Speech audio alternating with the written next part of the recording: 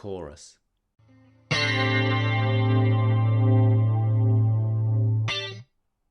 The word comes from the sound of many people singing together. And when many people are singing together, it creates something much greater than the sum of its parts.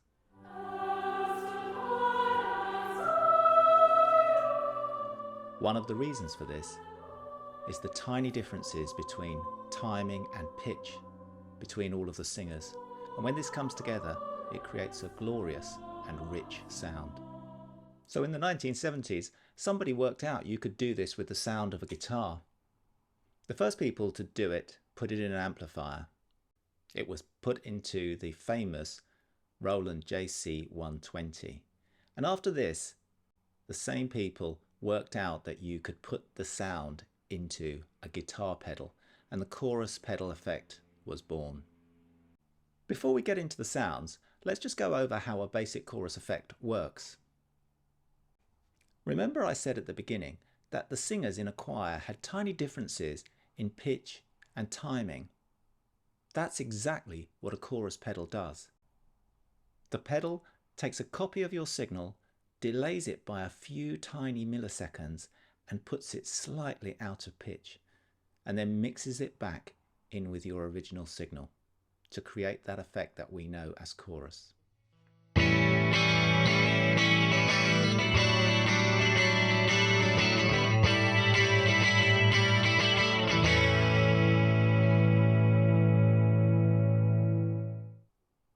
Because the chorus pedal is made with electronics, it has a pretty simple way of undulating the tone. The sound goes up and down in a regular rhythm by following a repeating wave going up and down. Now that's a really basic summary, because as you can imagine, there are plenty of other ways of taking a signal, putting it out of tune, putting it out of time, and putting it back together. And that's why there are so many different styles of chorus and chorus pedal out there with so many flavours. In my opinion, the absolute apex of chorus sounds is those 80s lush pop songs. Certainly the ones that I grew up with anyway. There were a couple of key pedal effects that were responsible for this sound. The first one is the Boss Dimension C. The Boss Dimension C sounds like this.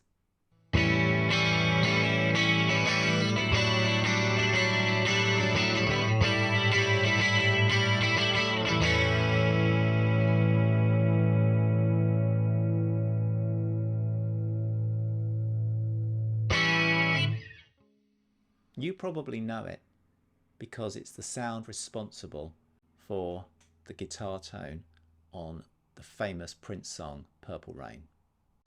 The other famous chorus sound from that era was the Trichorus. This was a backbone of the Los Angeles Hollywood producers who had rack systems to create huge guitar tones. The Trichorus actually has 3 different lines, so it splits off your sound and delays each of the sounds by a slightly different amount and puts them out of sync with each other. When you put them back together, it creates a huge, luscious sound.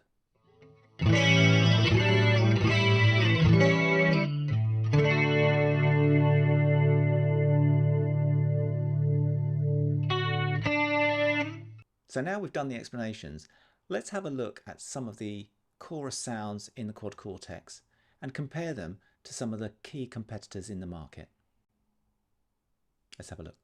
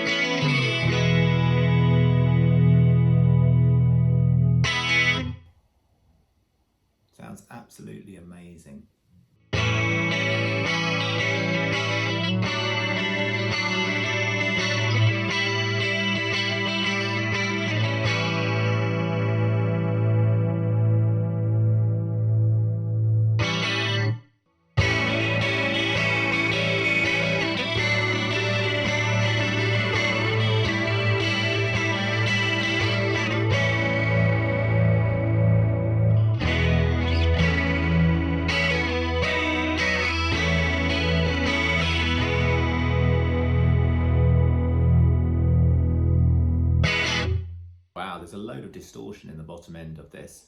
So actually, it sounds really cool. It's got that simple chorus sound, a little bit seasicky. I've turned the rate and depth down a little bit, but it's got a really cool organic.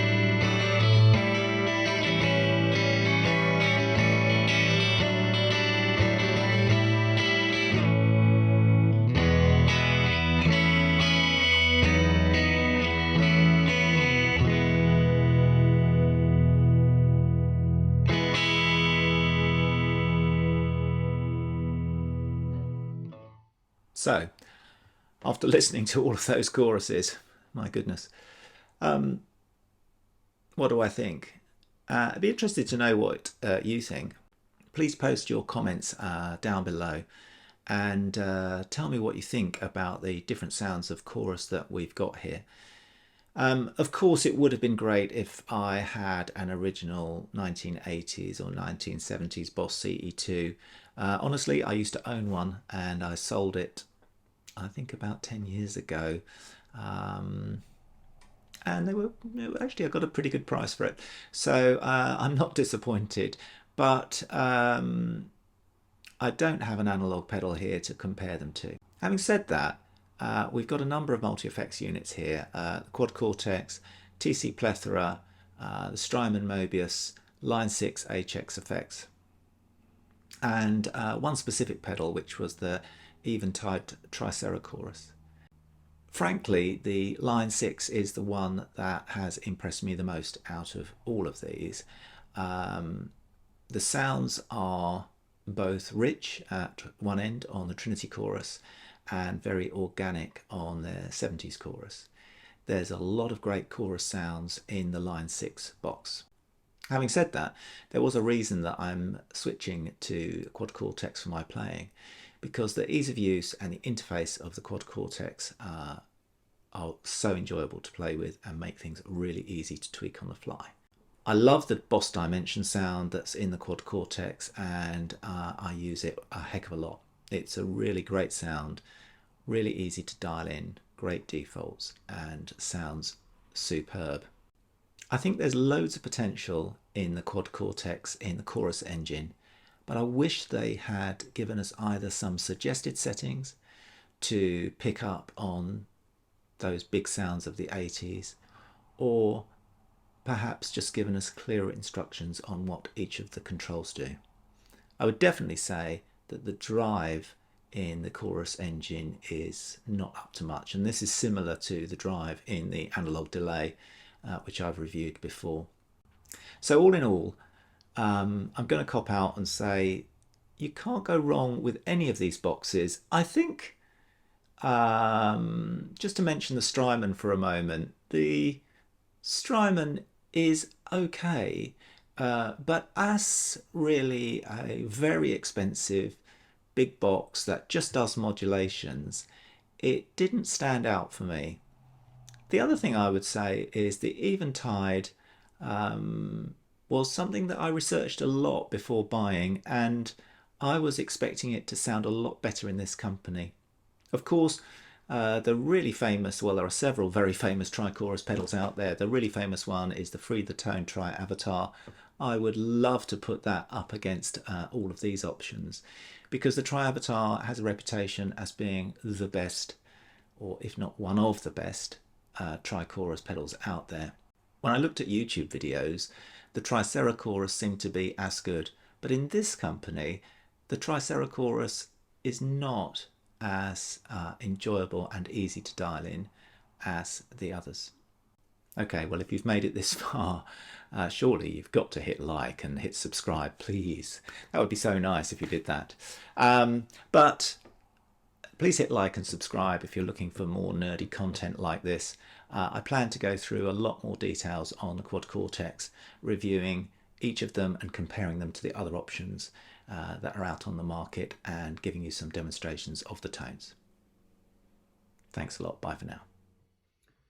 And now we come to the trickiest part of the whole video, where I'm going to try to walk through the settings on the Quad Cortex Chorus Engine. Now, the issue here is that the manual gives no information whatsoever, and even the detailed videos, which are really nice, by John, I can't pronounce his surname, who seems like a great guy, he sort of glosses over a lot of these settings, so in his videos. So some of them we know. So let's have a look. So we've got mix.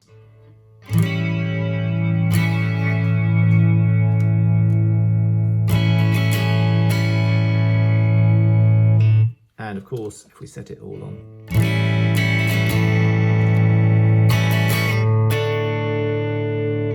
there's no chorus sound at all.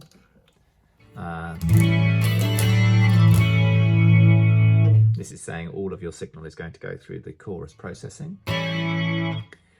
Rate and depth we've got on here. Both of these, well, the rate can certainly be set to synchronize with tap tempo or MIDI clock, which I'm not sure if that's how important that is. Maybe important to some of you. It can also synchronize the note, because of course maybe you don't want it on quarter notes, you might want it on eighths or whatever. Depth is the depth of the modulation.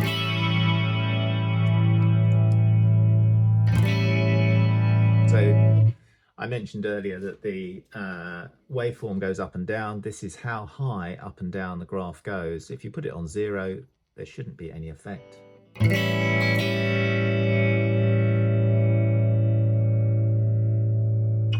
Actually, very interesting. There's a little bit of phasing as the waveforms go in and out of phase with each other. So you get a little bit of up and down of volume, but you don't get the out of tune. Nice feature on these, by the way. If you double tap any setting, you go to the default, which, by the way, is usually quite nicely set up. This is Morph. I have no idea what it does.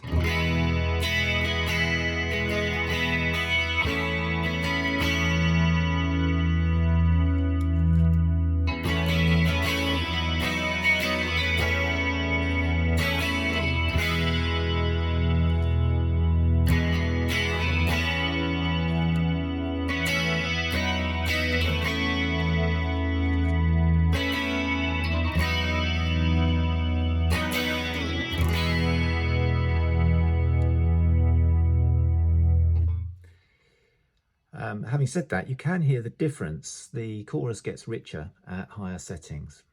Let's leave that one down. The other one is random. I have no idea what that does. It should, I'm guessing, randomize something about the rate and depth of modulation.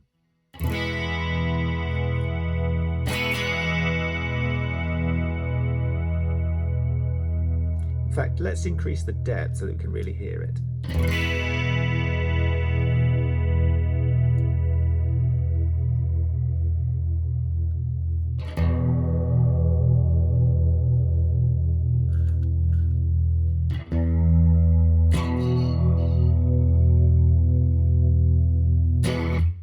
I think it's randomizing the rate, maybe the depth as well, who knows.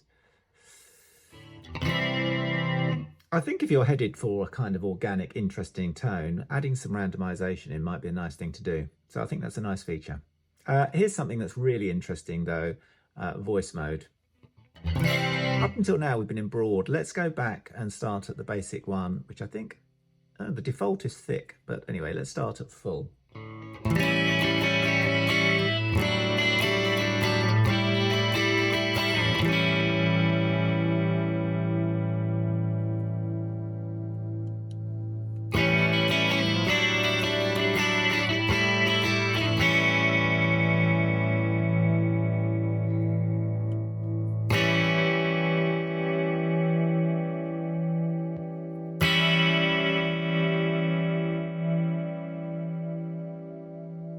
There's more going on, definitely, with thick.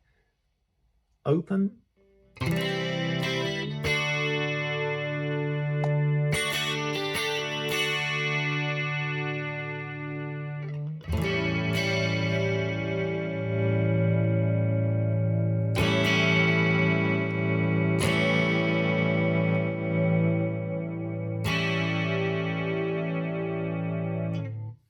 I think with open, somehow it's taking away the bottom end, but I'm not convinced it's just a tone control. I think it's something to do with the way the lines are phasing.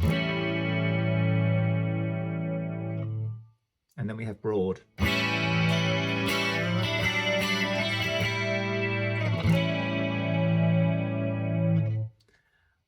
That does sound a bit bigger, and I'm guessing that there's more panning to the left and right.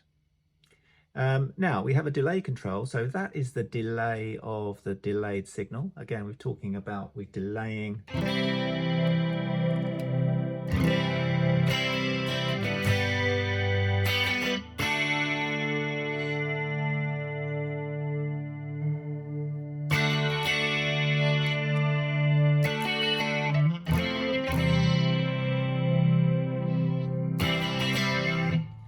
So this is the difference between your original signal and the chorus signal, and it's part of what's making the chorus. As I said at the beginning, the difference in timing between the two signals is what gives you that lush tone. Now we have a tone control here. This tone control is actually really interesting because you can select the frequency. So it's basically a parametric EQ.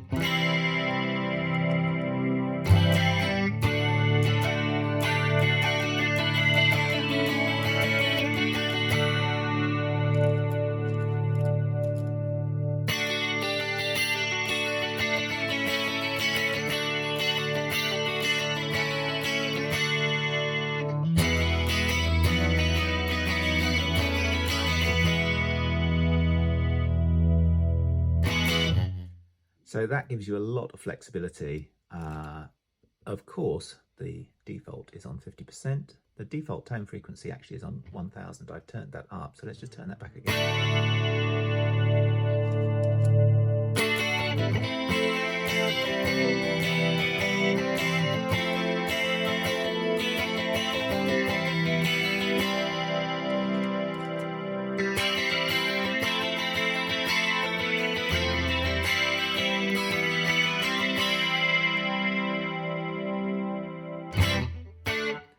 Now, of course, there are low pass and high pass filters. I say, of course, because Quad Cortex does this a lot. So what a low pass does, as you probably know, is it takes out any frequencies that are above the frequency you specify. So if we take all the top out, I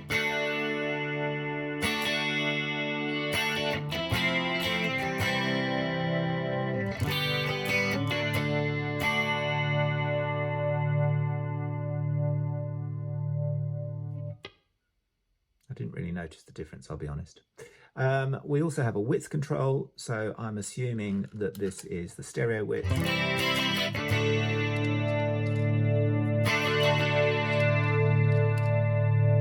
Yes, I can hear that. And then we even have a drive. So the drive, a great example of this was the Line 6 that had a load of drive in the bottom of the chorus sound.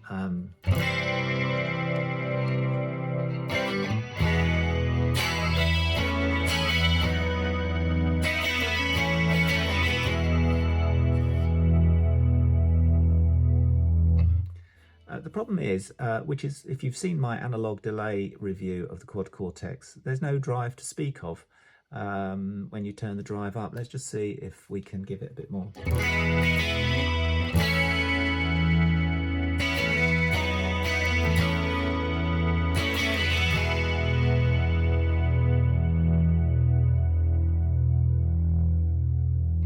Ah, there it is. You could just hear it there at the end of that.